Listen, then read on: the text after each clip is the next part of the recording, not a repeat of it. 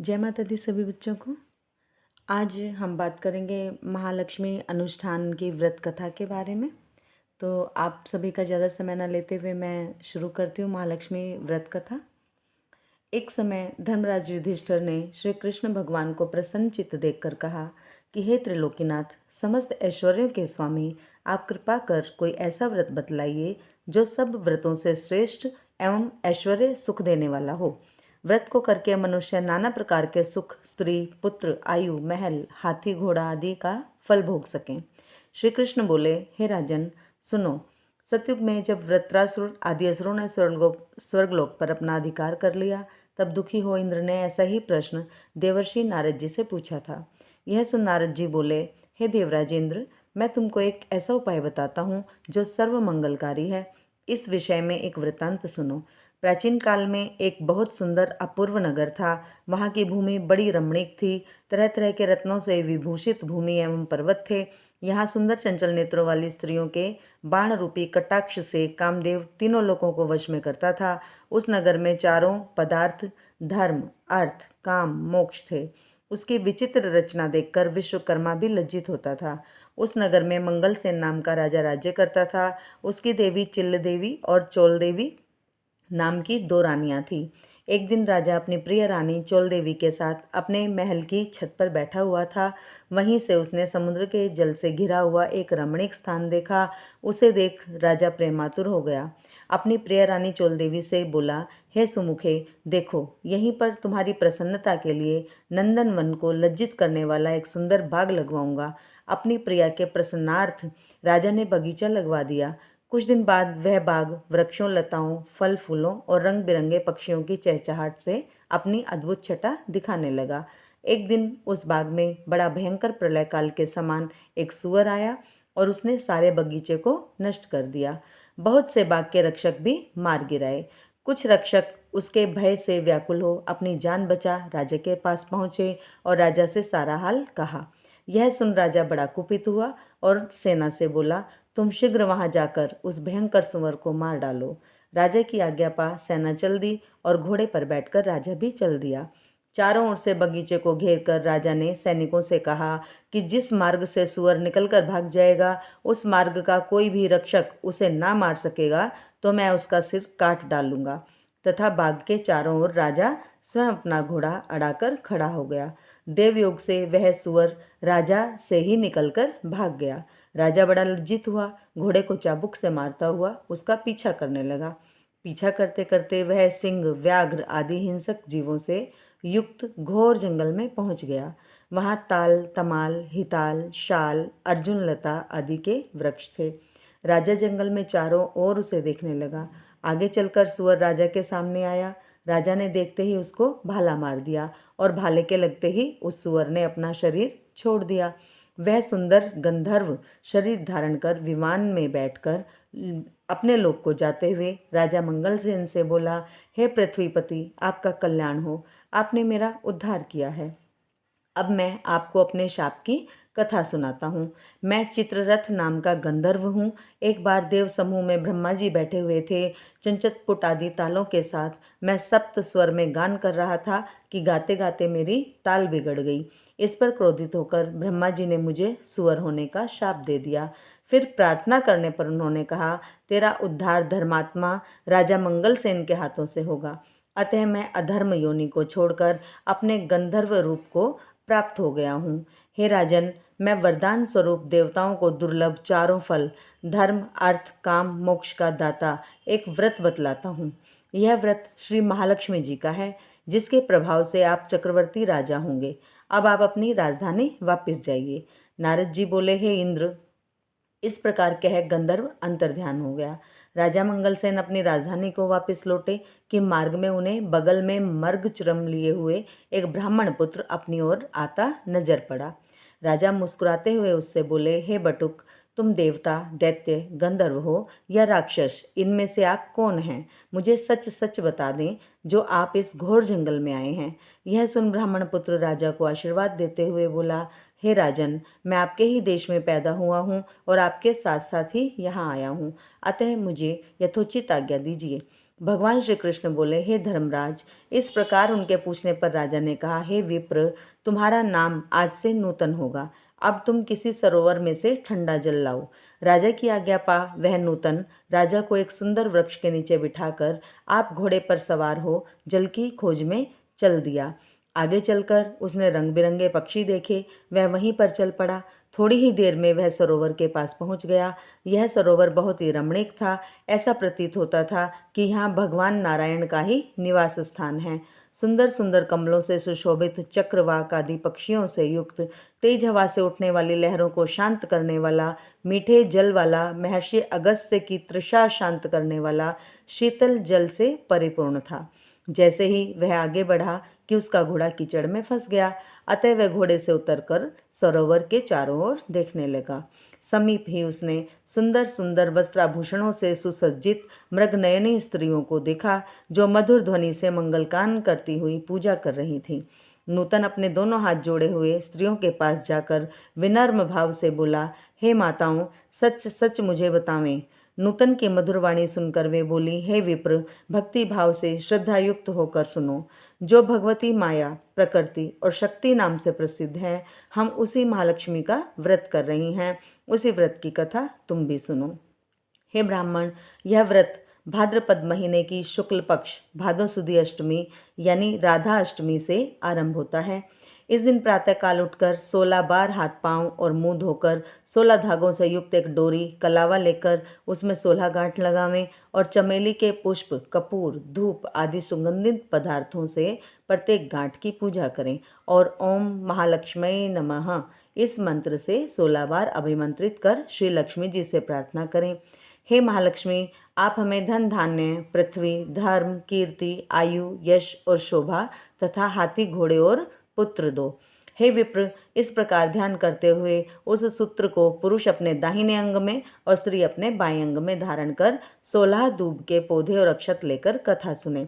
इस प्रकार भादो सुदी से लेकर अश्विन वदी अष्टमी तक नित्य प्रति कथा सुननी चाहिए। इसके पश्चात अष्टमी के दिन रात्रि के समय जितेंद्रिय व्रतकर्ता को स्नान कर श्वेत वस्त्र धारण कर पूजा गृह में जाना चाहिए और पूर्व की ओर मुख करके पवित्र आसन पर बैठकर सफ़ेद मोतियों से युक्त अष्टदल कमल बनावें। उस पर कमलासन मंद मंद मुस्कान करती हुई शरद चंद्र के तुल्य कांतिवान चतुर्भुजी, दोनों हाथों में कमल लिए हुए, श्वेत वस्त्र धारिणी, आभूषणों से विभूषित, अभय वर देने वाली, दोनों ओर हाथियों के सूंड के जल से सींचे जाने वाली श्री महालक्ष्मी जी का ध्यान करके कर्पूर, अगरबत्ती, चंदन से भगवती का आवाहन करें कि हे महालक्ष्मी, भगवान विष्णु के पास से आप यहाँ आओ। आपके लिए ही मैंने षोडशोपचार पूजन सामग्री एकत्रित की है। हे विप्र, इस प्रकार 16 दिन समाप्त होने पर व्रतकर्ता को श्रद्धानुसार उद्यापन करना चाहिए। उद्यापन विधि इस प्रकार है। स्वर्ण के पत्र से गऊ के सिंग मड़वाकर तथा सोना एवं अन्न वस्त्र आदि किसी वेद पाठी ब्राह्मण को दान में दें।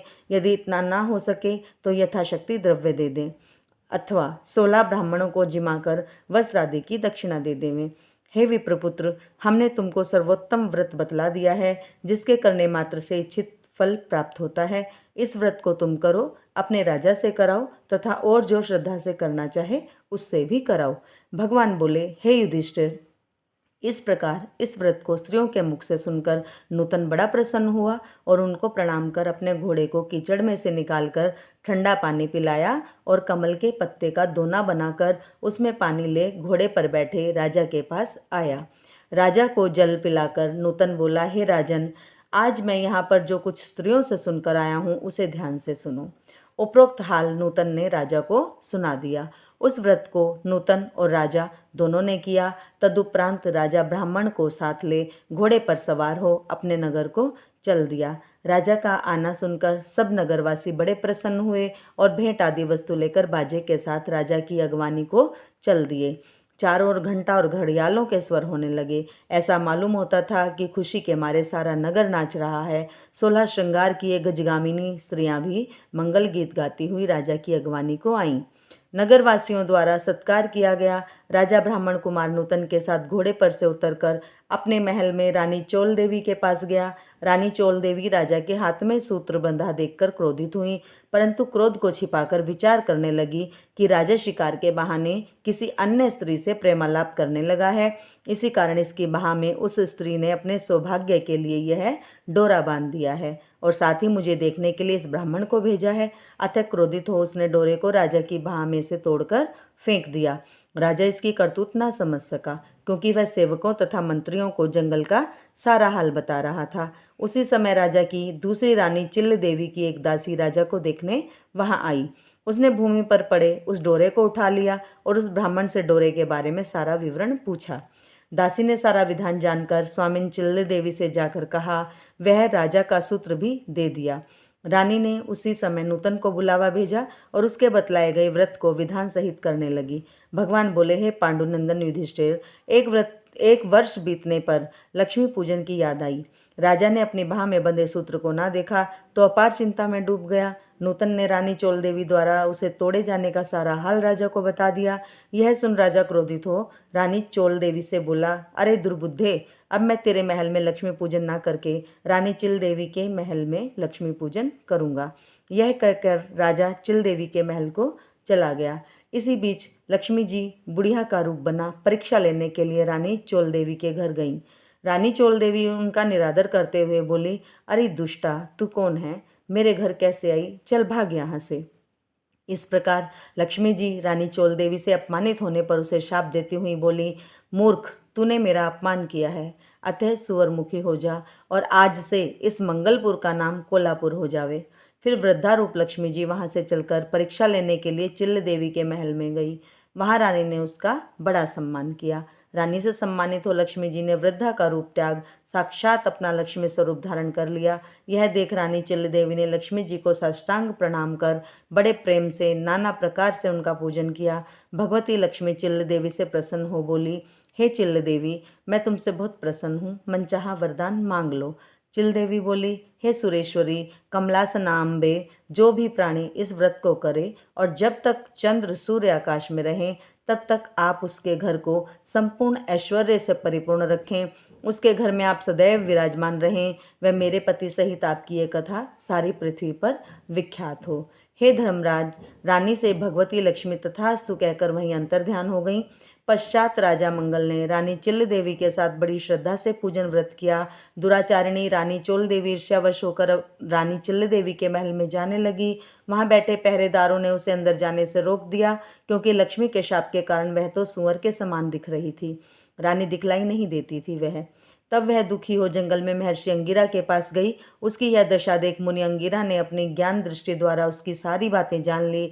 तब मुनि ने लक्ष्मी जी के कुपित होने का कारण उससे कहा और स्वयं श्री लक्ष्मी जी से उसके अपराध की क्षमा याचना कर उससे श्री लक्ष्मी जी का व्रत पूजन करवाया। व्रत के प्रभाव से वह रानी पुनः अपने लावण्यमय स्वरूप को प्राप्त कर कीर्ति पाने लगी। तदंतर उसी वन में राजा शिकार खेलने को गया। वह मुनि अंगिरा की कुटी में रूप लावण्य से युक्त उस अनुपम देवी को देख राजा मंगल बोला, हे महर्षि, यह अपनी सुंदरता से इस वन को प्रकाशमान करने वाली स्त्री कौन है? इसका कारण मुझसे कहो। राजा की बात सुन महर्षि अंगिरा ने उसकी सारी कथा सुनाकर रानी चोल देवी उसे सौंप दी।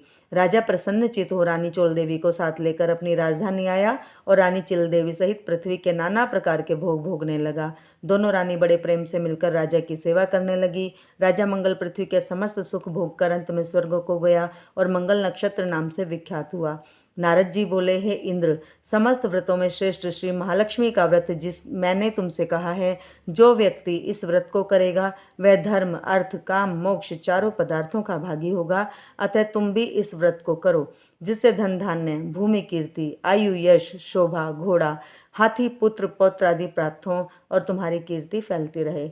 इंद्र नारद जी को प्रणाम कर अपने लोक को गया और व्रत किया। भगवान श्री कृष्ण बोले, हे युधिष्ठिर, नारद जी से देवराज इंद्र द्वारा पूछे गए श्रेष्ठ व्रत को मैंने तुम्हें बता दिया, जो सांसारिक व पारलौकिक सुखों को देने वाला है। यही महालक्ष्मी व्रत की कथा है जो मैंने आप सभी को बता दी है। तो इसी प्रकार महालक्ष्मी व्रत का अनुष्ठान करें और यह कथा का भी श्रवण करें। महालक्ष्मी माँ आप पर सभी पर अपनी कृपा दृष्टि सदैव बनाए रखें। इसी शुभकामना के साथ जय माता दी, जय शिव शक्ति, जय महाकाल, जय महाकाल।